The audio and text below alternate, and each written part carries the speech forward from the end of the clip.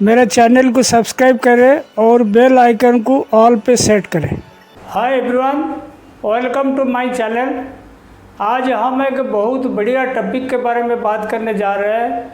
R&D series का हम continue करने जा रहे हैं और इस मामले में एक व्यूअर ने पूछे थे कि R&D सीरीज़ का साहब आप बना रहे हो, लेकिन ये तो नहीं बता रहे हो भाई कौन सा टेस्टिंग कितना दिन में करना है, मतलब फ्रीक्वेंसी लेवल क्या है।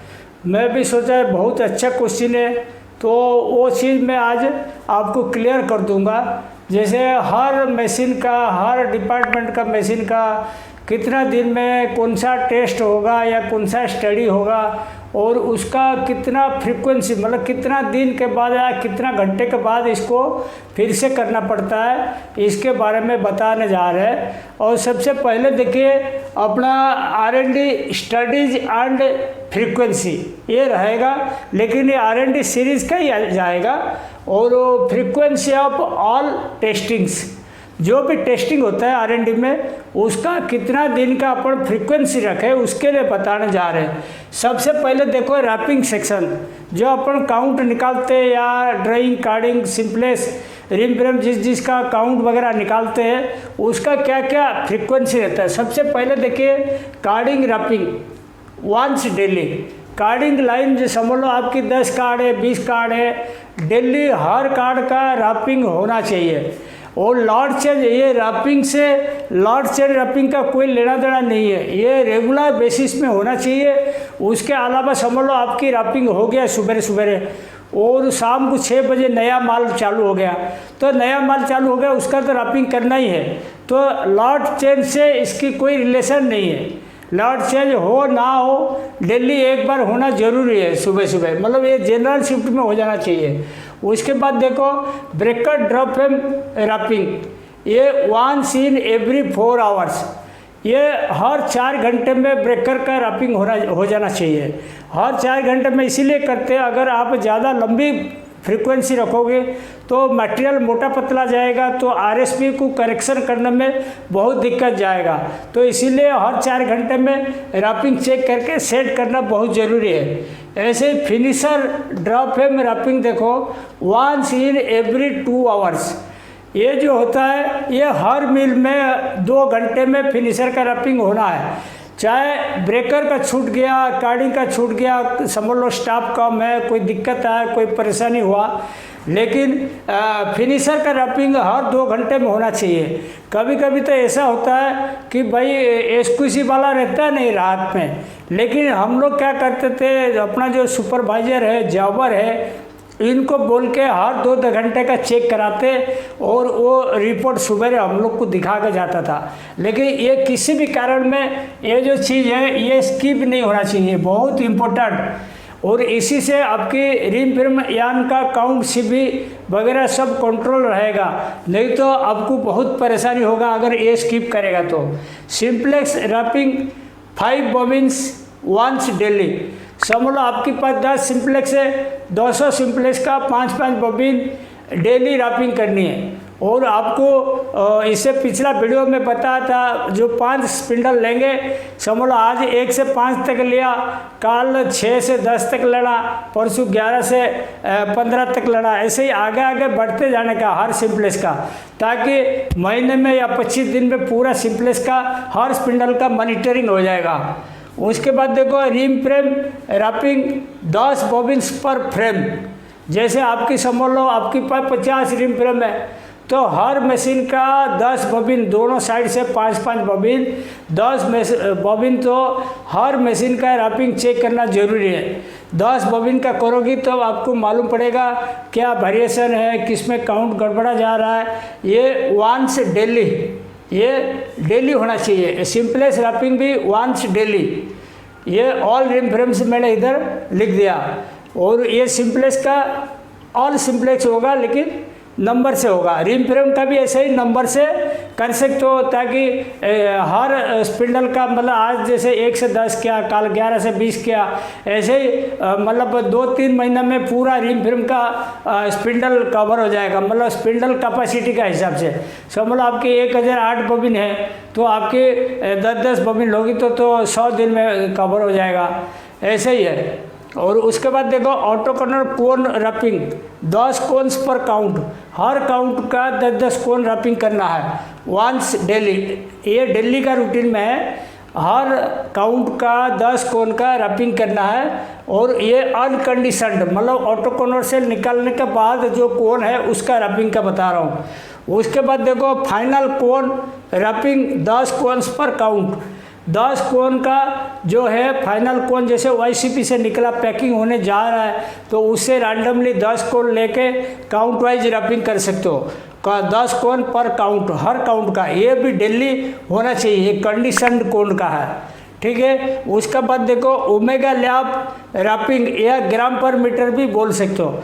जो अपना कुंबर के लिए जो लैब बनाते हैं वो ग्राम पर मीटर वो भी चेक करना जरूरी है वंस डेली, मतलब जनरल शिफ्ट में एक बार चेक हो जाना चाहिए।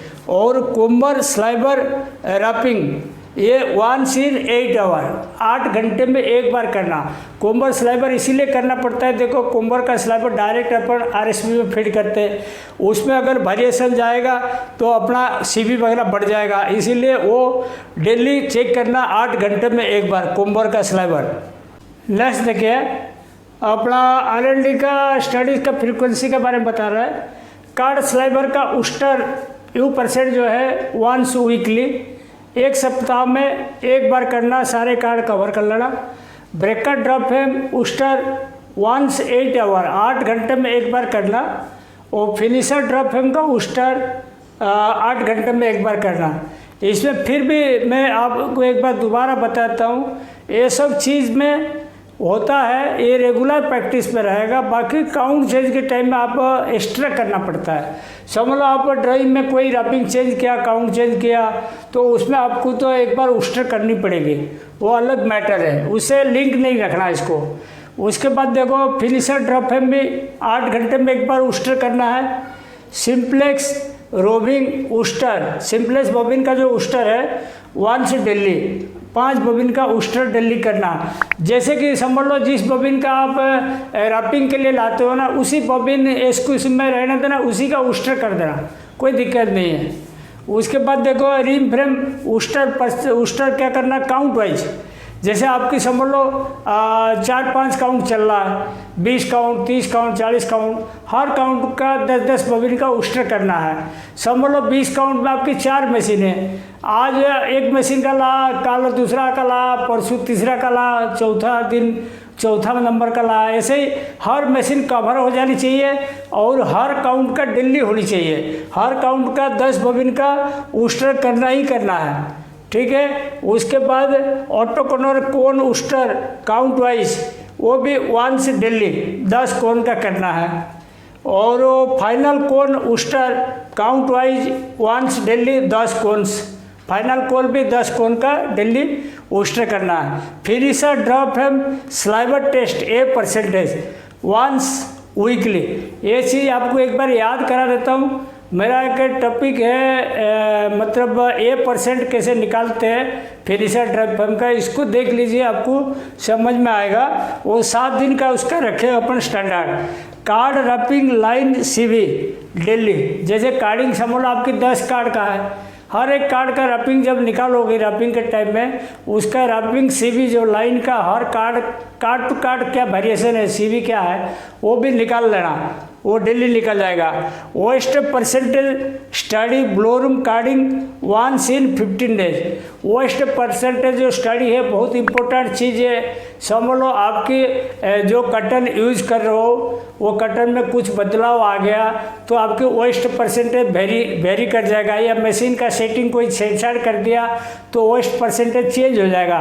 तो आपके क्या करना, हर 15 दिन में चेक करोगे, आपको मालूम पड़ेगा कि ये कितना दिन में मतलब इसमें वेस्ट परसेंटेज कोई वेरी तो नहीं हो गया। समझ लो ब्लोरूम कार्डिंग मिला के आपको 9% रखना, 9 से 10 तक रखना, और आपकी 12% वेस्ट जा रहा है, नुकसान तो हो रहा है कंपनी को।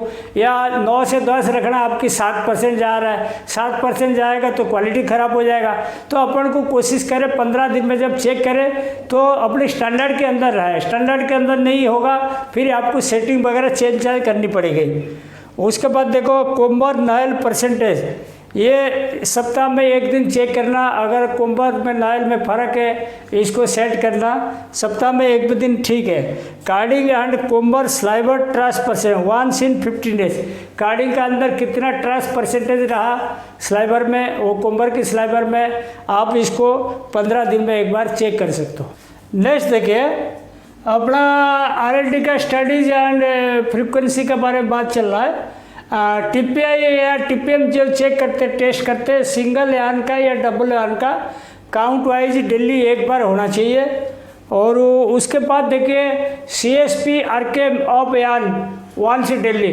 CSP RKM कब हो जाएगा, जब आप उस्टर करोगे ना उस टाइम में आपकी RKM हो जाएगा, और जब CSP रैपिंग के टाइम में CSP भी हो जाएगा।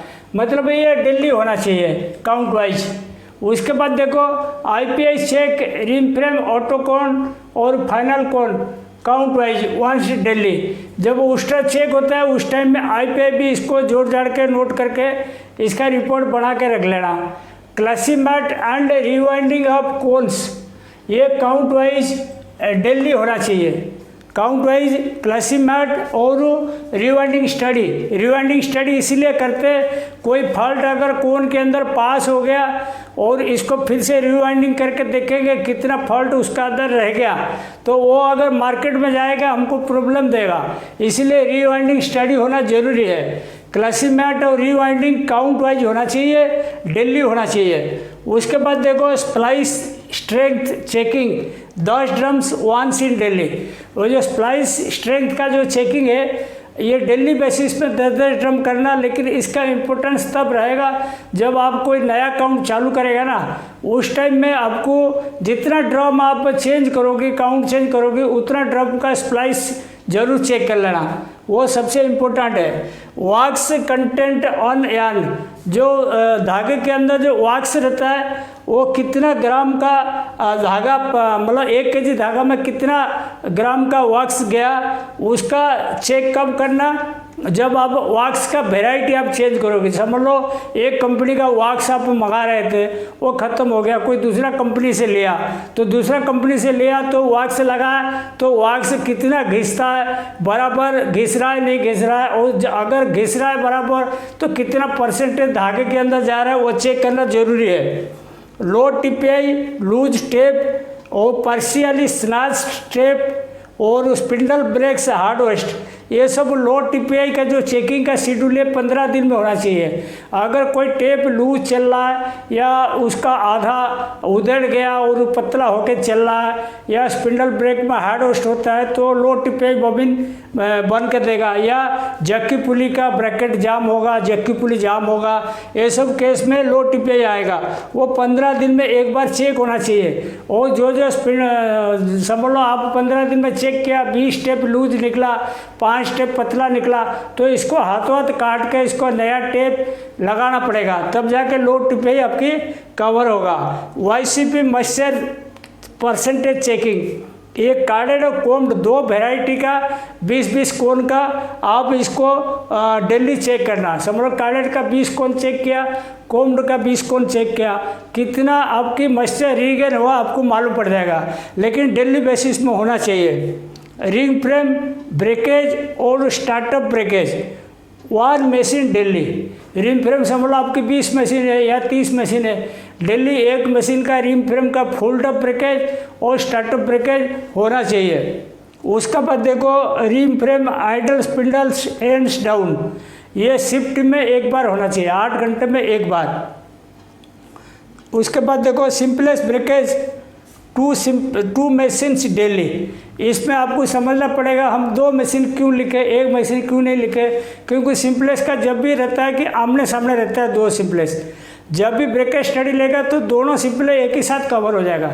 इसीलिए और एक ही कारीगर 2 मशीन चलाता है तो इसको दोनों मशीन एक साथ कवर हो जाएगा। इसीलिए जब भी लेना 2 सिंपलेस का एक साथ ब्रेकेज ले लेना, डेली होना चाहिए 2 मशीन का। SBI और मॉइस्चर चेकिंग ऑफ बेल्स का अंदर क्या क्वालिटी का फाइबर है और मॉइस्चर कितना % है कटन के अंदर, वो क्या करोगे न्यू लॉट का जब आपके पास कटन आ जाएगा न्यू लॉट, उस टाइम आप चेक करके रख लेना। उसके बाद देखो office test of blowroom carding sliver comber sliver, ये आपको 15 दिन में एक बार ऑफिस टेस्ट कर लेना। ऑफिस टेस्ट है आपको फाइबर रप्चर, नेब से ट्रास का मतलब कितना बड़ा ट्रास गिर रहा है, कितना धागे में पास हो रहा है, सब मालूम पड़ेगा। और ब्लोरूम कार्डिंग का फाइन ट्यूनिंग के लिए ऑफिस टेस्ट करना ज़रूरी है।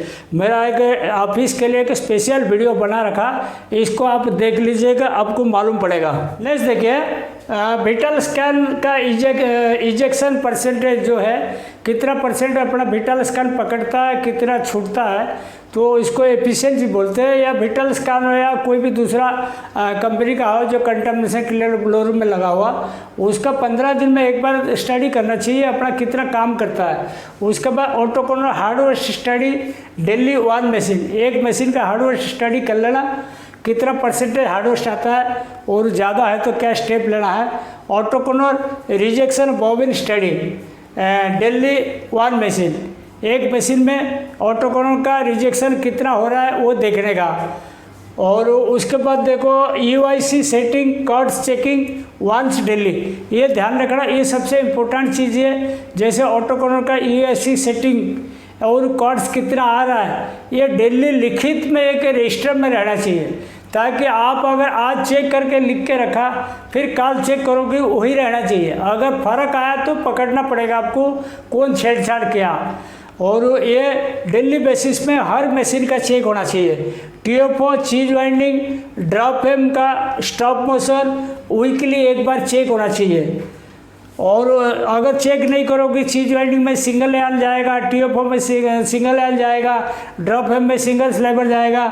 और ASTM बोर्ड यान appearance checking count wise daily, ASTM board है कि इसका सब्जेक्ट आएगा, बताऊंगा आपको अगला टॉपिक में।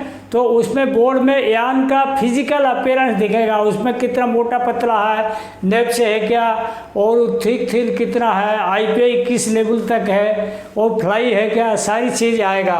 और उसमें अगर स्लब का भी ASTM बोर्ड मतलब बनाओगे, वो बराबर इंटरवल में स्लब आ रहा है नहीं आ रहा है वो भी मालूम पड़ेगा। उसके बाद नेप्स चेकिंग ऑन कार्डिंग और comber sliver once in weekly, carding का और कोम्बर स्लाइबर का नेप्स लेवल क्या है वो वीकली एक बार करने का। उसके बाद देखो slub parameter checking count wise once daily, आपकी समझ लो स्लब मशीन 4-5 मशीन चल रहा है या 10 मशीन चल रहा है, हर मशीन का स्लब पैरामीटर चेक करना डेली। और उसमें क्या चेक करना है, स्लब पैरामीटर, सब का थिकनेस कितना है, थप स्लब का लेंथ कितना है, वो सारी चीज़, स्लब का मतलब बराबर फ्रीक्वेंसी में आ रहा है या डिस्टर्ब में होकर आ रहा है वो भी देखना पड़ेगा, सारी चीज़ चेक करना पड़ेगा। Machine audit after maintenance cleaning आज पर मेंटेनेंस शेड्यूल, मशीन ऑडिट भी बहुत इंपॉर्टेंट चीज़ है। समझ लो आपकी एक सिंपली सफाई किया, सफाई के बाद मेंटेनेंस वाला हैंडओवर किया, तो उसके बाद एक्सक्यूज वाला चेक करेगा बराबर सफाई हुई नहीं हुई, अगर नहीं हुई तो उसको फिर टाइट किया जाएगा। वो मेंटेनेंस ऑडिट जो होता है वो एक्सक्यूज वाला करता है। और आज पर मेंटेनेंस शेड्यूल, मेंटेनेंस में कौन सा मशीन जाना है, मेंटेनेंस वाला पहले सुबह ही बोल देगा इसको एक्सक्यूसी वाला को, एक्सक्यूसी वाला सफाई के बाद इसको चेक करेगा। उसके बाद देखो individual cone weight, tare weight, packing weight जो नेट वेट होता है, और रिजेक्शन, ये सारी चीज़ चेक करने के लिए डेली 20 कार्टून फाड़ना है, फाड़ के इसको चेक करना है। अगर आप 20 कार्टून भी नहीं कर पाते हो, कम से कम 10 कार्टून पर डे इसको फाड़ के चेक करके फिर दोबारा इसको रीपैक करना पड़ेगा। उसके बाद देखो सिंप्लेक्स हाफली स्ट्रेंथ एंड स्ट्रेच परसेंटेज, वो क्या करना है, हाफली स्ट्रेंथ और स्ट्रेच जो होता है जब न्यू लट चालू होता है या कोई रनिंग मटेरियल में आप TPI चेंज करते हो उस टाइम चेक करना जरूरी है। उसके बाद देखो rim frame suction tube pressure और drop frame simplex top roll load once in 15 दिन, मतलब रिंग फ्रेम का सक्शन ट्यूब में सक्शन कैसे हो रहा है, फैन एंड कितना, मिडल में कितना, ऑफ एंड में क्या, जो गियर एंड में कितना, और ड्रॉप फ्रेम में तीनों चारों टॉप रोल जो होता है उसका प्रेशर नीलोमीटर में चेक करना, कितना प्रेशर आ रहा है उसमें, सिप्लेस में भी चेक करना, रिंग फ्रेम में भी चेक करना, ये सब 15 दिन में एक बार चेक हो जाना चाहिए। और एसक्यूसी का जो टेस्टिंग का फ्रीक्वेंसी है मैं इतना मैं समाप्त करता हूँ, और मेरे को आशा है आपको ये वीडियो बहुत अच्छा लगेगा। अगर आपको ये वीडियो अच्छा लगता है तो प्लीज़ इसको लाइक कीजिए। अगर आप मेरा चैनल में अभी अभी जुड़े हो तो प्लीज़ इसको सब्सक्राइब कीजिए, और आपके दोस्त लोग को, आपके कलीग लोग को इसको फॉरवर्ड कीजिए। Thank you.